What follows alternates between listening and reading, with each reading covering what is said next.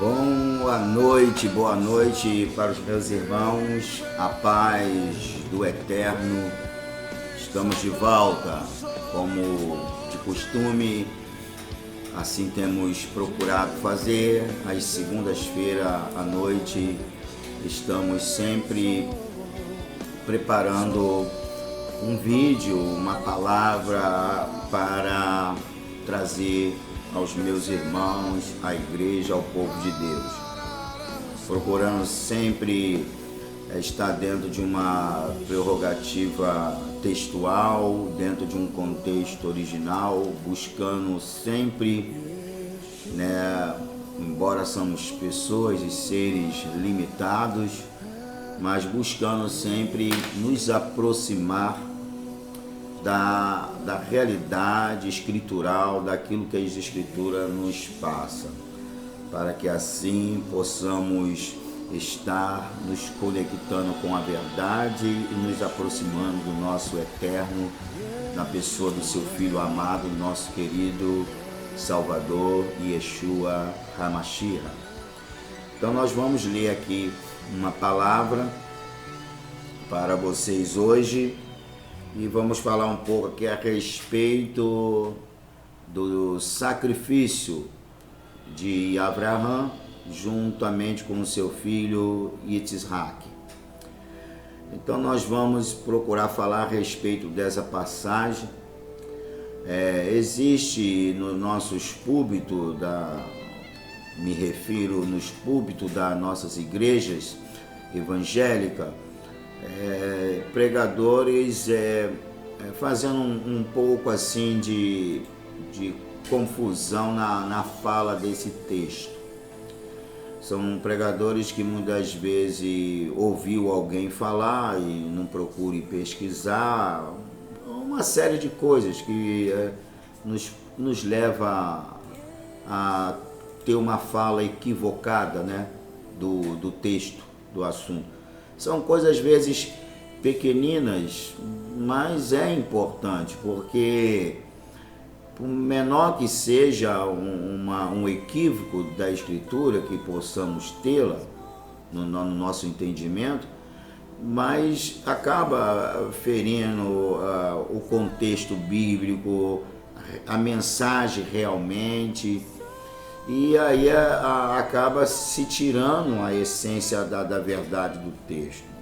Às vezes a gente comete esses pequenos erros, do qual vou falar hoje aqui, não é nem por maldade, às vezes é por falta de pesquisa mesmo, às vezes é porque de tanto ouvir falar uma coisa só, aquela mesma coisa, e a gente acaba tomando aquela fala como verdade, e aí não temos o cuidado de, quando nós estamos fazendo a leitura, de perceber que aquilo que a gente ouve sempre não está batendo com o texto da qual estamos lendo, tá bom? Então eu vou passar isso para vocês nessa noite. Eu vou ler aqui no primeiro livro bíblico, Bereshim.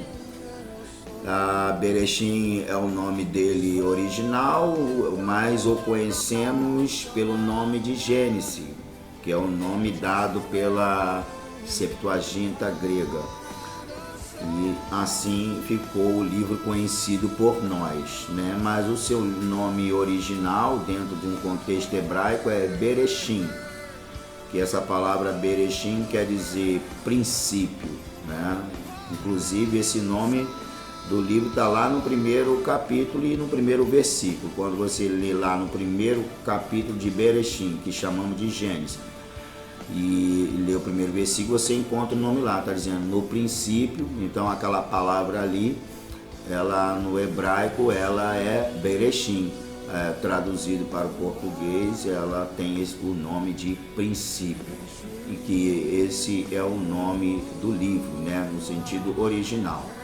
Mas é conhecido por nós evangélicos, pela igreja brasileira, as igrejas brasileiras, nossas Bíblias da língua portuguesa, ela traz o nome, Gênesis, que é um nome que foi dado na Septuaginta. e assim foi adotado pelas nossas escrituras na língua portuguesa. Então vou ler aqui, no capítulo 22, do versículo 1, vou ler até o versículo 13 desse capítulo 22, do versículo 1 ao texto. Vou fazer uma leitura um tanto extensa, é só para haver um entendimento do assunto. Diz assim: depois de todas essas coisas, Deus testou e Abraão, que a gente chama de Abraão, ele disse, e Abraão, e ele respondeu, aqui estou. Ele disse, pegue seu filho, seu único filho, a quem você ama, Yitzhak, e vá à terra de Moriá. Ali você deverá apresentá-lo como oferta queimada sobre a montanha que eu indicarei a você. E Abraão levantou-se bem cedo, selou seu jumento, levou 2 de seus jovens com ele, além de Yitzhak. Yitzhak nós chamamos de Isaac. Então, além de Yitzhak, seu filho, ele cortou a madeira para a oferta queimada, partiu e foi em direção ao lugar que Deus tinha dito. No terceiro dia, eles já estão caminhando, já é o terceiro dia. No terceiro dia, por certo, caminhava durante o dia, quando chegava a noite, parava, acampava, que não tinha como caminhar à noite, em lugares desertos e escuros, aguardava amanhecer o dia para voltar à jornada. Então ele está no terceiro dia. No terceiro dia, e Abraão ergue os olhos e viu o lugar à distância. E Abraão disse aos jovens, permaneçam aqui com o jumento, eu e o menino iremos até lá, adoraremos e voltaremos até vocês. E Abraão pegou a madeira para a oferta queimada e colocou-a sobre Yitzhak. Isso aqui é importante, tá? Ele pegou a madeira e colocou sobre o ombro do filho dele. É importante a gente ficar atento a esse versículo. Então ele tomou a sua mão, o fogo e a faca, e os dois prosseguiram juntos. Então, e Abraão e Yitzhak prosseguiram juntos. Yitzhak disse a Abraão, seu pai, meu pai. Ele respondeu, aqui estou, meu filho. E ele disse, vejo o fogo e a madeira, mas onde está o cordeiro para a oferta queimada? Também é importante guardarmos esse nome. Onde Yitzhak está perguntando ao pai dele, onde está, pai, o cordeiro para a oferta queimada? E Abraão respondeu, Deus proverá para si mesmo o cordeiro para a oferta queimada, meu filho. E os dois seguiram juntos. É bom estarmos atentos aqui, Deus proverá para si mesmo o cordeiro para a oferta queimada. Versículo 9. Chegaram ao local que Deus lhe tinha dito, e Abraão construiu o altar ali e amarrou madeira, amarrou Yitzhak, seu filho, e deitou-o sobre o altar, em cima da madeira. Então Abraão estendeu a mão e pegou a faca para matar o seu filho, ou cutelo, Tem traduções que falam cutelo. No entanto, o anjo de Adonai chamou desde o céu, e Abraão, e ele respondeu, aqui estou.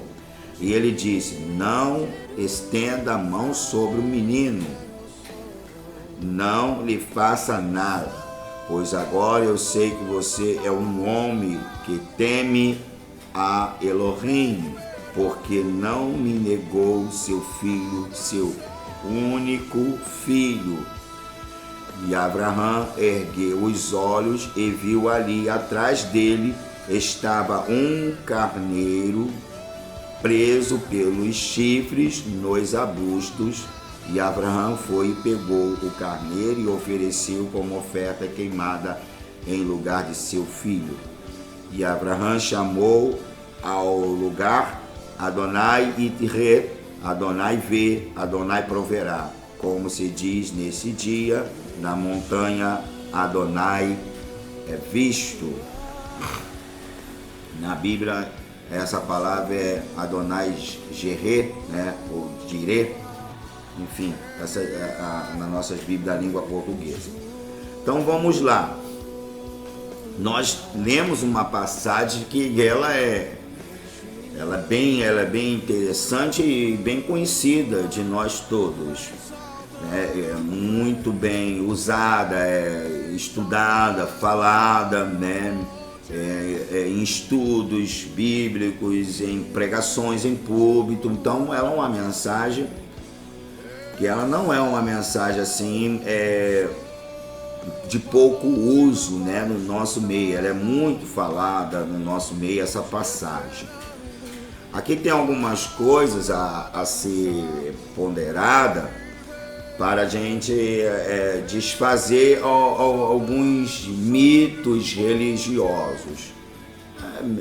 Mitos que ao longo dos anos a religião acabou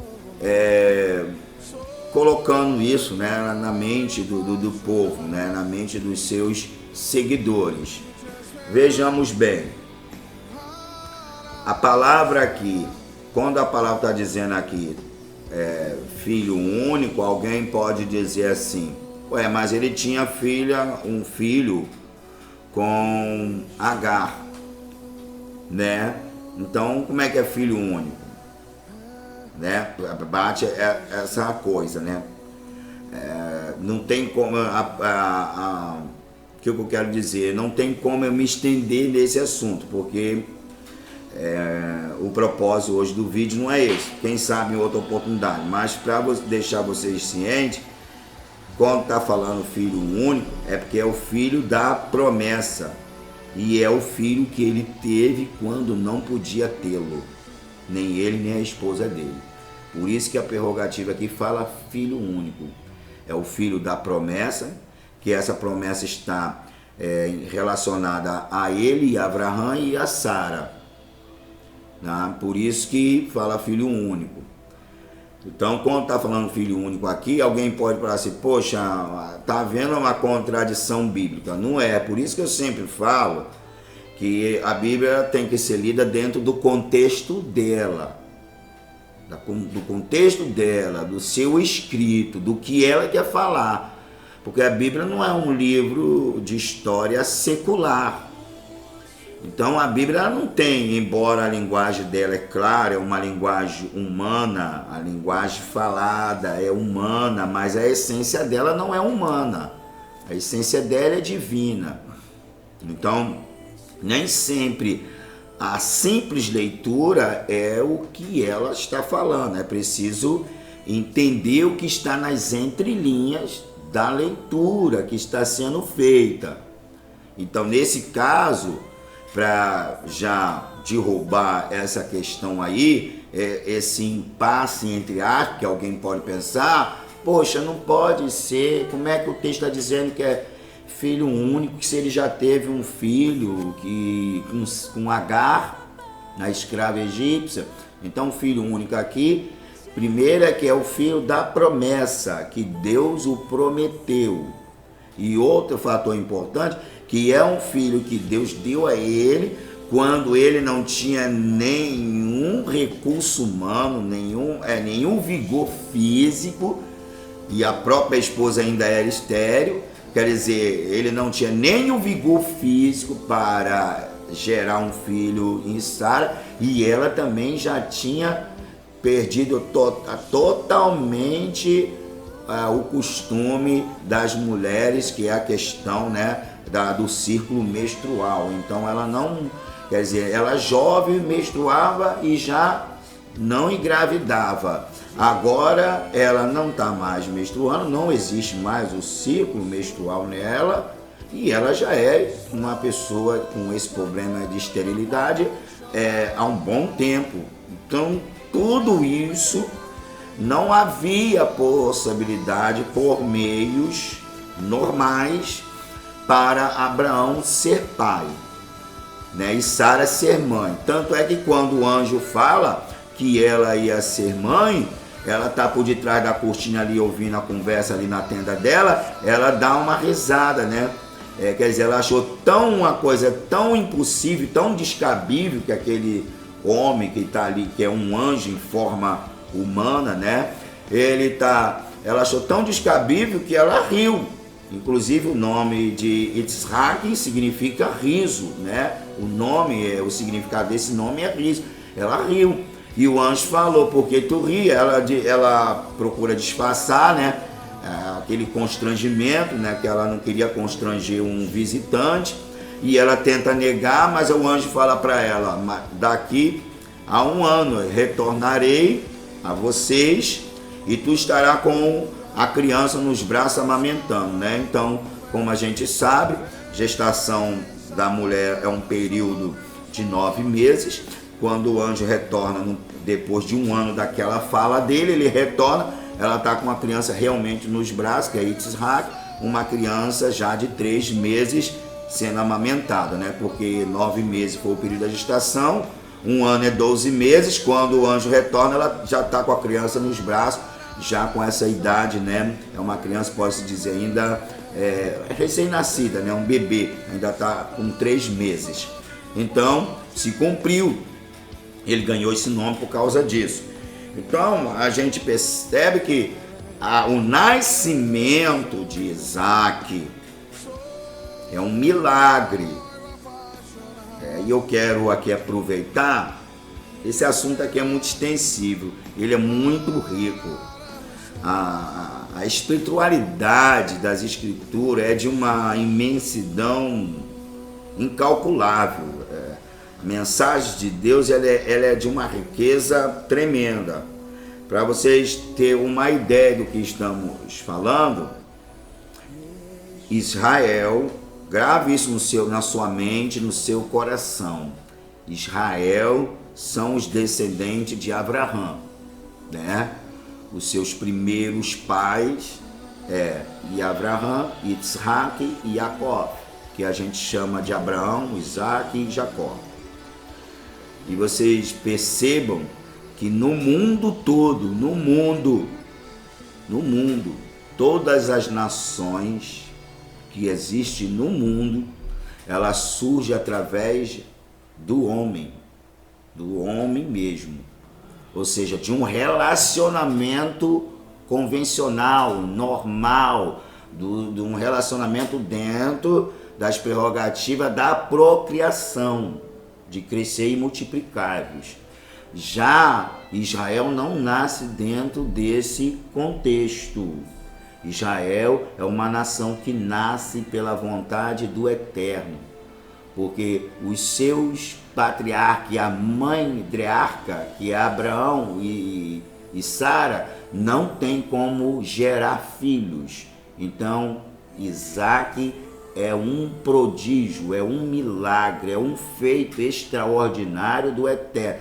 O Eterno mostrando para a nação de Israel que surgiria mais à frente e para o mundo que aquela nação, ela nasceu pela vontade do Eterno. Porque era impossível, dentro de uma normalidade humana, aquele casal ter um filho.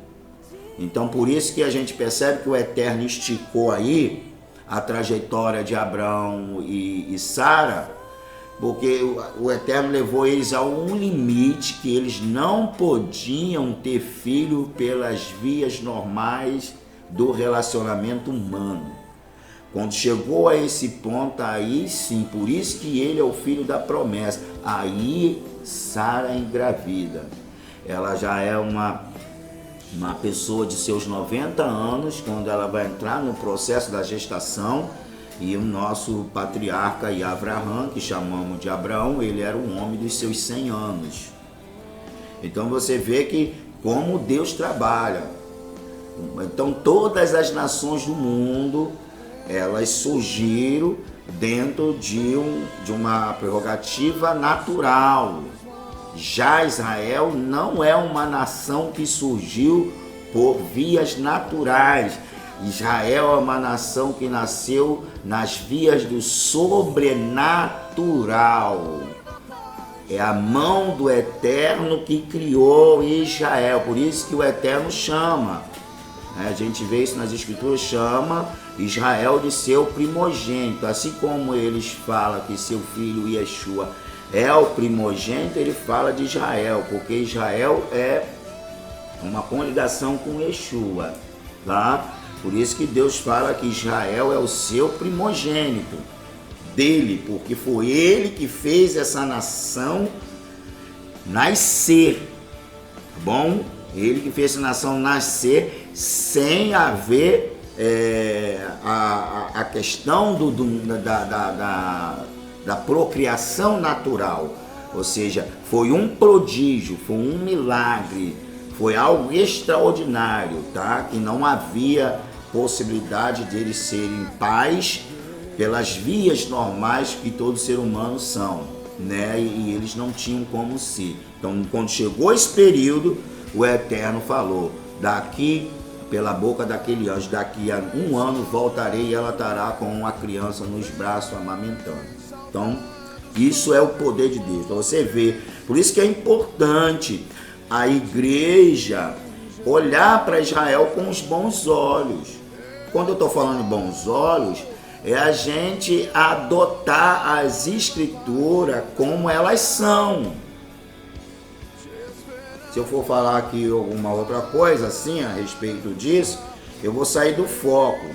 Mas eu estou dando aqui uma deixa para que os meus queridos irmãos, o nosso povo chamado evangélico no Brasil, tenha a gentileza de buscar o Eterno em oração, no nome do nosso Senhor Yeshua, a quem chamamos de Jesus. Nós buscamos o Senhor no nome de Yeshua, para que o Senhor comece a nos revelar que é importante, é de suma importância a igreja entender as escrituras como elas são, porque é isso que vai nos aproximar de Israel de nós. Esses dois povos, a igreja e Israel, precisam se aproximar. Essa é a vontade do Eterno, pois de dois povos ele fará um só, e é isso que ele quer. E seu filho é o cabeça desse povo, Yeshua é o cabeça desses dois povos. Haverá um só pastor e um só povo. Então precisamos atentar para isso. Mas vamos lá, outra pista importante, que é um mito que se tem, até os filmes falam em cima disso, né? Os filmes aí de Hollywood, enfim, de tantos cineastas que fizeram a filme dessa passagem, botam uma criança carregando um madeiro. Uma criança que tem aproximadamente uns seus 10 para 12 anos carregando o madeiro. E não é, Yitzhak não é uma criança, ele é um homem feito, tá? Ele é um homem aí beirando aí dos seus 35 anos, tá bom? Há alguns relatos do nosso irmão Flávio Joséfo, que ele chega a taxar a idade de Yitzhak, de 25 anos. Já alguns estudos chegam a dizer que ele tinha aproximadamente 35 anos. Então, o que é fato é que ele não é uma criança. Isso é um fato. Muitos pregam que ele é uma criança. Ele não está ali de maneira assim forçada, ele está ali voluntariamente, ele está ali em total obediência a seu Pai e ao Eterno, tá? Ele está ali em total obediência. Ele é um homem feito. A Bíblia nos mostra que ele é um homem feito pela leitura. Você vê que Abraão bota nos ombros dele o feixe de madeira. Ele é uma criança, ele não vai aguentar carregar um feixe de madeira. E a caminhada deles é uma caminhada de 3 dias, ou seja, é uma caminhada aí que podemos dizer em torno de 12 horas, porque a parte do dia é 12 horas, quando as 12 horas seguintes é a noite, não dá para caminhar. Então você percebe que a caminhada deles é no período das 12 horas do dia, enquanto tem a luz natural do sol. Chega à noite, evidentemente que eles deviam parar para acampar, aguardar amanhecer o dia. Mas o texto nos fala que eles caminham 3 dias. 3 dias, então está se falando o quê? Do dia lunar, né? Ou seja, do lunar, do sol, né? O dia solar. Porque se ele estivesse caminhando à noite, a Bíblia ia falar 3 dias e 3 noites. Então a Bíblia, ela é taxativa em dizer 3 dias. E como é que um menino franzino de 10 aninhos, de 12 anos, de 13 anos, assim como os filmes do espaço, ia aguentar carregar um feixe que ele tem aproximadamente aí no barato, um feixe aí em torno de uns 30 quilos de madeira, porque ele vai fazer um altar, um holocausto, que para dentro do que estamos lendo, para poder sacrificar o filho e queimá-lo como oferta queimada. Então não é um pouquinho de madeira, consideravelmente uma madeira aí, bastante madeira, pelo menos aí em torno de 30 quilos. Pode ser até mais, não sabemos, mas em torno aí de 30 quilos. Então uma criança não tem condições de carregar esse peso todo nos ombros, 3 dias, e ainda vai subir uma montanha. Não tem como. Por que Abraão não bota nos ombros dele? Porque Abraão é um homem idoso. Abraão ali já está com os seus 130 anos, ou até um pouco mais. Então ele não é um homem jovem. O seu filho é jovem. O seu filho tem força para carregar aquelas madeiras. E os outros rapazes que vai com ele deixa ali. Quando eles avistam a montanha, a distância, ele pede para os rapazes ficar ali, né, os seus funcionários, podemos dizer assim, os 2 rapazes que trabalhavam para ele, pede para ele já guardar ali o retorno dele. Ele fala: eu e o rapaz iremos adorar e voltaremos, né? E voltaremos. Então você vê a confiança de Abraão. Deus falou para ele levar o filho e oferecer o filho em sacrifício. Mas contudo, nem o filho não sabe disso, ninguém sabe disso. Sara também não sabe. Ele sai de manhã cedo, né? Ele sai bem cedo. Sara não está sabendo disso, até porque ele não tinha como contar isso para Sara. Se ele conta isso para Sara, a mãe vai deixar? A mãe não ia deixar, o filho único dela. Ela ia criar um problema muito grande. Então, tudo que ele está fazendo ali é um segredo entre ele e o próprio Eterno. Então, essas coisas estão só entre ele e o Eterno. Então, ele fala com convicção: e eu e o rapaz iremos adorar e voltaremos. Então, ele usa a prerrogativa plural. Ele não está dizendo que ele vai voltar, porque ele tem certeza absoluta, pela fé que ele tem no Eterno, a sua comunhão, as experiências, tudo que o Eterno já realizou, fez com ele e através dele, ele não tinha nenhuma sombra de dúvida que mesmo ele imolando o filho dele, ou queimando o filho dele, o Eterno poderia trazer o filho dele de volta. Olha como a fé deste homem, uma fé genuína, uma emuná. A emuná do Eterno estava nas entranhas, na alma de Abraão. Ele tinha confiança, tinha firmeza e certeza. Emuná. Então, que nós chamamos de fé.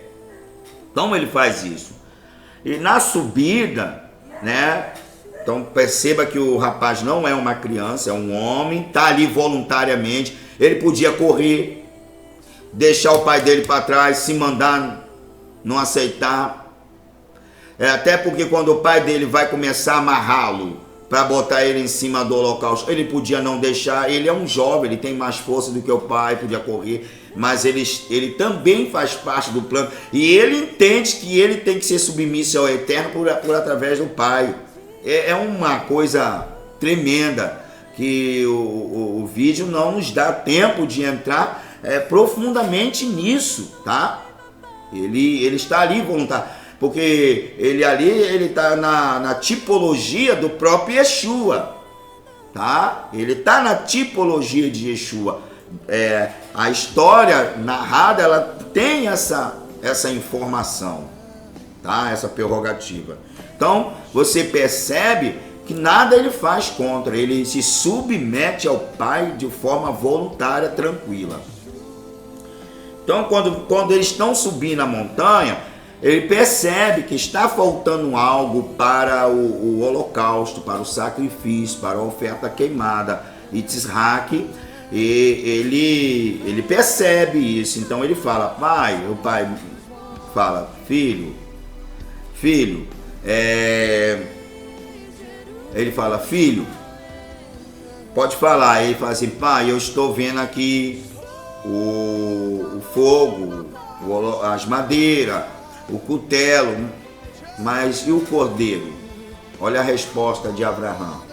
Ele responde, meu filho, o cordeiro Deus proverá para si.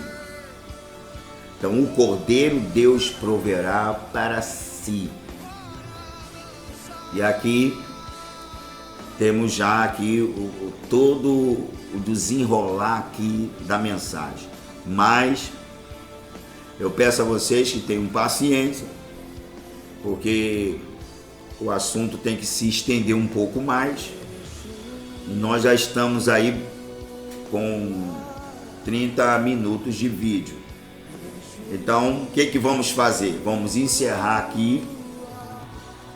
Peço que você acompanhe nós, continue nos acompanhando, você que está inscrito, continue dando o seu like, né, que vai nos ajudar, o seu link, melhor dizendo, o seu link vai ajudar o canal, fortalecer o canal Emuná do Eterno.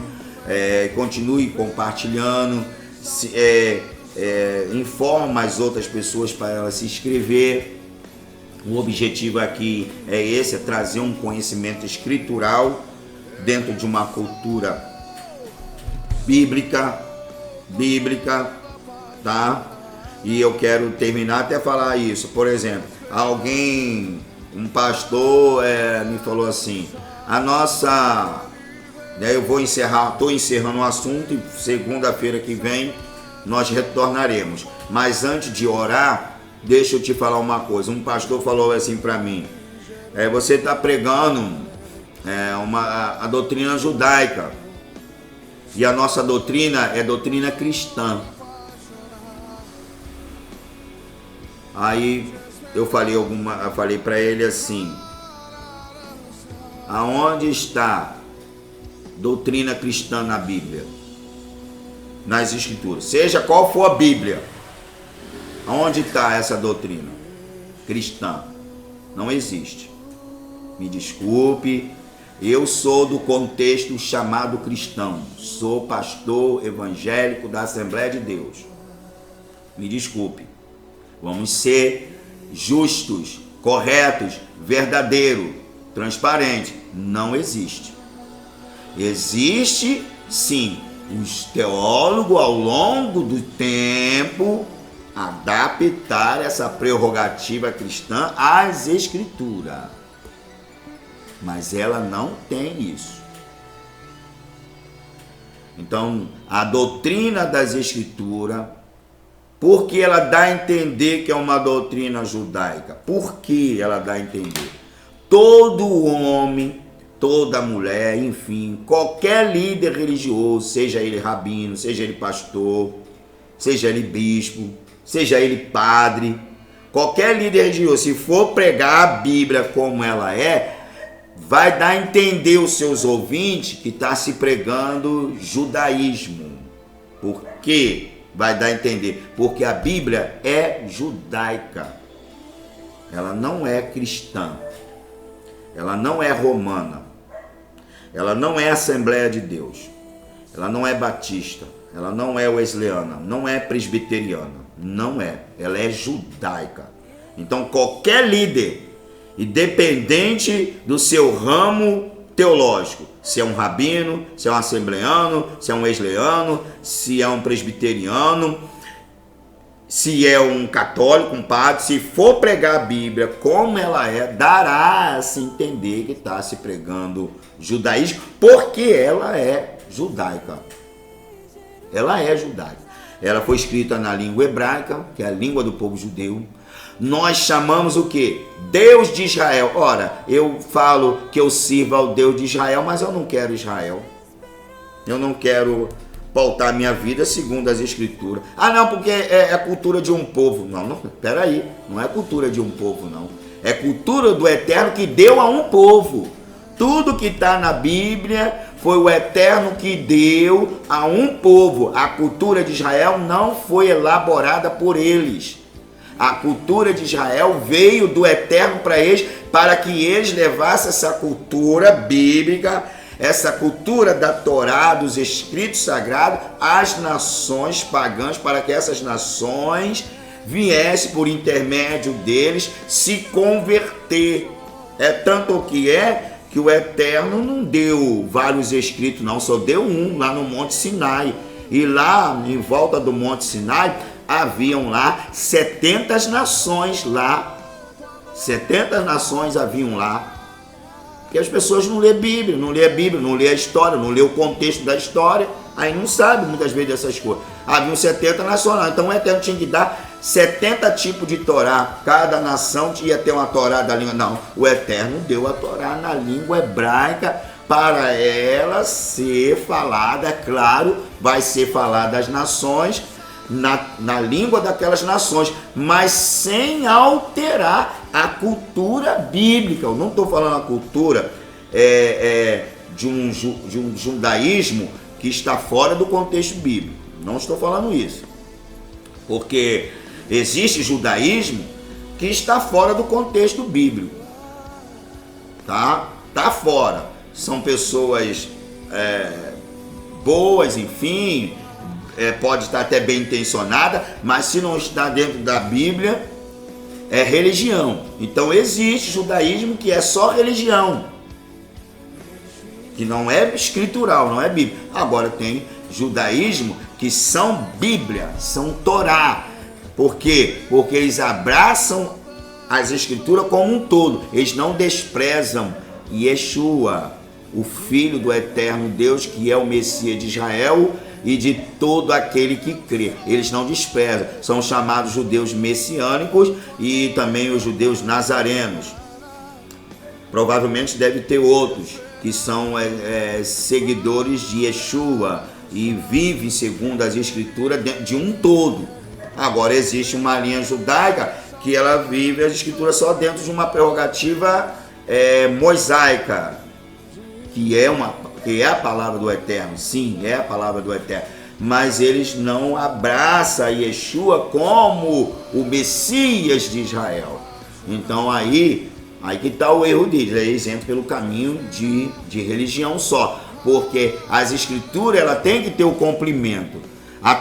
O cumprimento da Torá está em quem? Está em Yeshua, porque ele mesmo fala: eu vim não para derrogar a lei, mas para cumprir. Por que ele veio para cumprir? Porque o cumprimento das escrituras, da Tanar, está nele. Ele é o fechamento desse pacote escritural. Então não adianta eu abraçar Moisés, que é importantíssimo, a lei, a Torá que Deus deu a Moisés é importantíssimo, é imprescindível que nós descartemos a Torá, é imprescindível, não podemos descartar a Torá de jeito nenhum, mas não adianta abraçar a Torá e jogar o Messias fora, aí vira religião, porque ele é o cumprimento da própria Torá, ele é o cumprimento da Haftará, que é os profetas, então ele fecha nele, por isso que ele chega a falar que ele é o Aleph e o Taf, né? O princípio e o fim. Então, queria deixar essa deixa aqui para vocês. Nós vamos continuar esse assunto no próximo vídeo. Nós vamos orar, tá? O assunto puxa uma coisa a outra, fica extensivo, mas vamos orar. Esteja conosco nesse vídeo. Segunda-feira nós encerramos esse assunto. É muito importante essa palavra que estamos meditando na noite de hoje. Oremos. Eterno, teu nome é Kadosh. Kadosh, Kadosh é teu nome para sempre. Teu nome é santo. E não há ninguém como tu, nem antes, nem agora e nem depois. Tu é Hat, tu é e não há ninguém semelhante a ti. Em nome do teu Filho, que é a tua própria emanação entre nós, Yeshua HaMashiach, Em nome dele eu peço que tu alcance o nosso povo, para que tudo aquilo que porventura estamos errando, procedendo de forma errada, seja de forma inocente ou até mesmo intencional, tu conheces os corações. Entra na vida de todos, pois todos são obras de tuas mãos. Nós somos obra das tuas mãos. Entre na vida de todos, em seus corações, para que o teu Espírito Santo, Urua Hagadosh, possa nos trazer para as tuas escrituras, dentro do caminho da Techuvá. Faça isso, Pai, para o teu nome ser glorificado na pessoa do teu Filho, que é o cabeça, não só de Israel, mas da igreja. É a cabeça daqueles que crê em teu nome, que crê na obra que tu fizera ao longo do tempo e concluiu ela através do teu Filho Yeshua HaMashiach. A tua palavra diz que tu falaste a nós por diversas maneiras, mas nesses últimos dias tu nos falou pela boca do teu próprio Filho Yeshua. Por isso, Pai, pedimos que a voz de Yeshua, do teu Filho, pelo poder do teu Ruach HaGadosh, o Espírito de Santidade, restaure as tuas escrituras em nós, para que nós viemos nos livrarmos de tudo aquilo que possa nos afastar de ti e abraçar a tua palavra. Assim eu estou te orando e pedindo essa bênção para todo o povo do Brasil, todas as igrejas brasileiras, nossos pastores, abençoar eles com as suas famílias e os seus trabalhos. Haja um avivamento nessa nação, da qual nunca antes houve em outros tempos. Faça isso, Pai, pelo poder do nome do teu Filho Yeshua. Pai, também entrego a ti a nação de Israel, o teu povo de Israel, nossos amados irmãos, os descendentes do teu amigo, do teu servo e Abraão. Abençoai todos os descendentes de Abraão, os nossos irmãos israelitas, mesmo aqueles que ainda não abraçaram a fé em Yeshua. Mas eu sei que já há mais de 1 milhão espalhada em todo o mundo, em toda a terra, que crê no nome do teu Filho Yeshua, o Mashiach, e que esse número venha a aumentar de forma extraordinária, para que Israel experimente o avivamento dos últimos dias, porque o avivamento na vida de Israel é importantíssimo para a vida da igreja dos chamados gentios, que abraçou a fé em Yeshua, e por isso nos tornamos teu povo junto com Israel. Toma tudo isso que eu estou lhe apresentando, toma em tuas mãos e te rendo graça em nome de Yeshua, o Mashiach, Baruch Hashem, para sempre. Amém e amém. Tá bom, né?